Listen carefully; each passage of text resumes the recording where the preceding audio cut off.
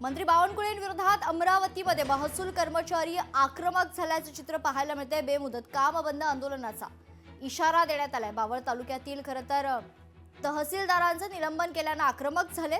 महसूल मंत्र्यांनी केलेलं निलंबन परत घेण्याची मागणी या कर्मचाऱ्यांनी केली।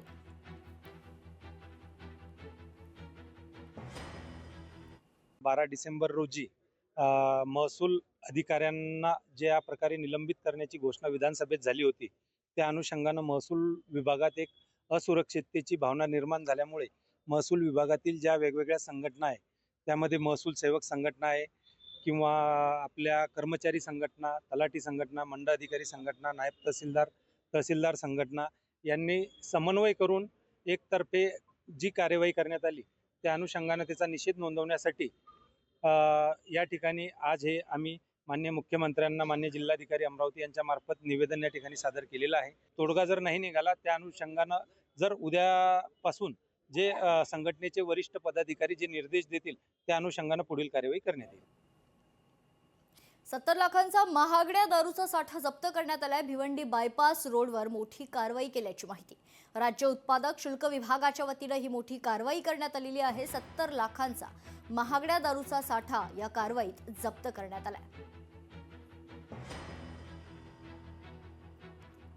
दीपक परब, निरीक्षक, राज्य उत्पादन शुल्क भरारी पथक क्रमांक 2, कल्याण, नवनिर्मित ठाणे 2 या जिल्ह्याच्या अखत्यारीत त्यांना खास बातमी मिळाली होती की गोवा निर्मित व मध्य प्रदेश विक्रीस असलेले असा एक कंटेनर येणार आहे अशोक लेलँड कंपनीचा 6 चाकी।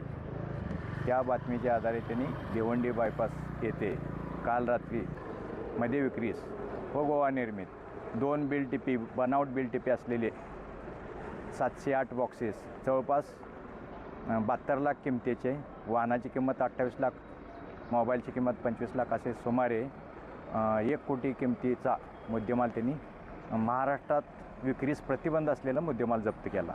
एक आरोपी अटक केलेला आहे।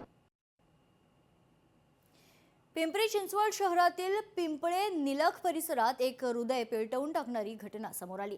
रस्त्याच्या कडेला असलेल्या कचऱ्याच्या ढिगाऱ्यात एका स्त्री जातीचं अर्भक मृतावस्थेत आढळून आलं। कचरा वेचक त्या ठिकाणी पोहोचला असता त्याला हे अर्भक पाहायला मिळालं आणि त्याने लगेच तेथील सामाजिक कार्यकर्त्यांना याची माहिती दिली।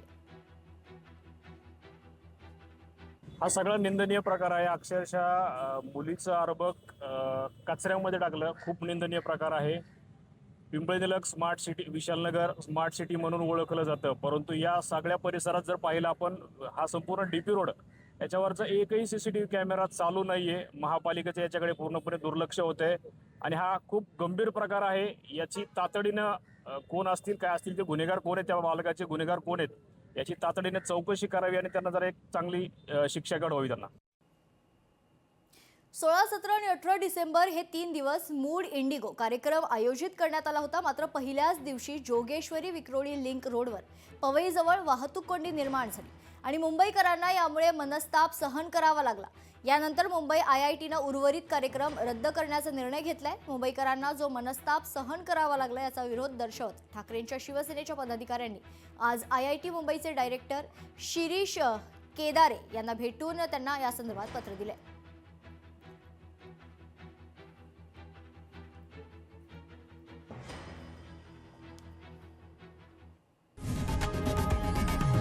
लोकशाही मराठी ऐका, पहा, जागरूक रहा।